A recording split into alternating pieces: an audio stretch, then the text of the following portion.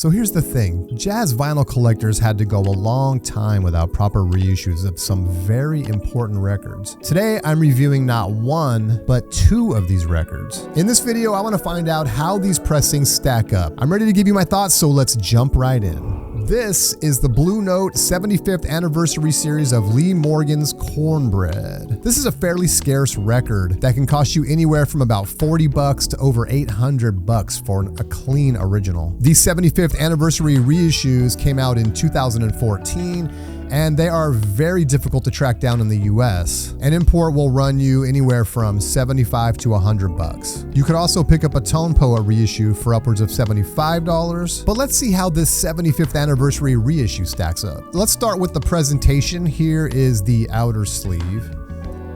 I'm not sure what kind of inner sleeve this comes with because I bought mine used. It was already in a static free sleeve. I assume for the money you're getting a static free sleeve with these. Very nice.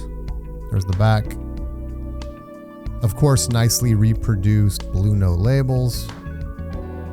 And this record is on 180 gram vinyl. Okay, so that's the cosmetic side, but what about the sound of this record? Let's go down the list. Surface noise. My copy is as silent as can be. Almost unbelievably so. No snaps, no crackles, and no pops. I'm not one to, freak out about a couple of pops here and there. In some cases, it lets you know you're listening to analog. But this thing is dead quiet.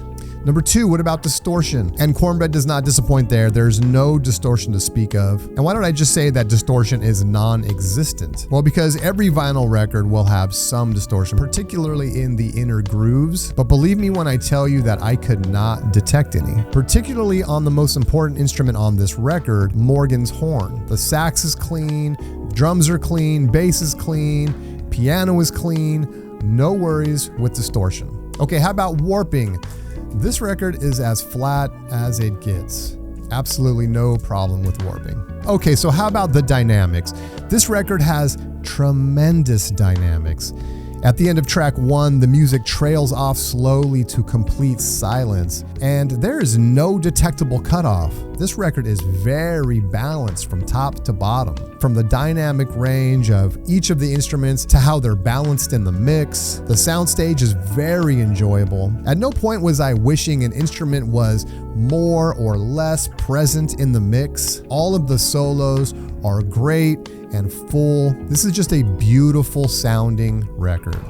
Okay, before I tell you about the second record on this list, I want to remind you that I am running a 1,000 subscriber giveaway, and this baby is the prize. The Tone Poet release of John Coltrane's Blue Train, the complete masters. We just passed 100 subs, and if you're subbed, thank you, thank you, thank you. If you're not, please consider subscribing. I post between 3 to 5 videos a week, and I will always be running great subscriber giveaways. I would love to have you on board. Okay, let's get to the next record. This is the Blue Note 75th Anniversary Series of Wayne Shorter's JuJu. Jazz fans, don't sleep on this record. I might actually like this record even more than Cornbread. Again, this is a pretty scarce record, especially in the US. A copy of JuJu on vinyl will set you back between about $60 to over $1,000 for a clean original. Copies of the 75th Anniversary reissue are going from between about $70 to $100, and there's no Tone Poet reissue. So is it worth it? Okay, you're getting the same presentation here. Here's the sleeve, that's front. There's the back. And again, you get reproductions of these original labels on 180 gram vinyl. But how does it sound? Okay, surface noise on this record, just like the Lee Morgan pressing, JuJu is completely silent. Not a pop or a tick anywhere to be found. I don't know if they're using super vinyl or they just have a fantastic quality control department, which kudos, but both of these pressings are high quality where the vinyl itself is concerned. Distortion. Again, I could detect no distortion on this record, and believe me, I was listening for it. It's a real pet peeve of mine. Many otherwise respectable pressings have been bitten by the distortion bug. Fortunately, No distortion here. Okay, warping, again, a very flat record. Okay, what about the dynamics? Oddly enough, JuJu begins with a tune that also trails off into the sunset as it ends. And the same thing is true here. Soundstage is balanced. None of the instruments are competing in the mix. They all fill their frequency nicely and are EQ'd perfectly. You get a fantastic soundstage, and you get just what you want, a beautifully sounding Wayne Shorter.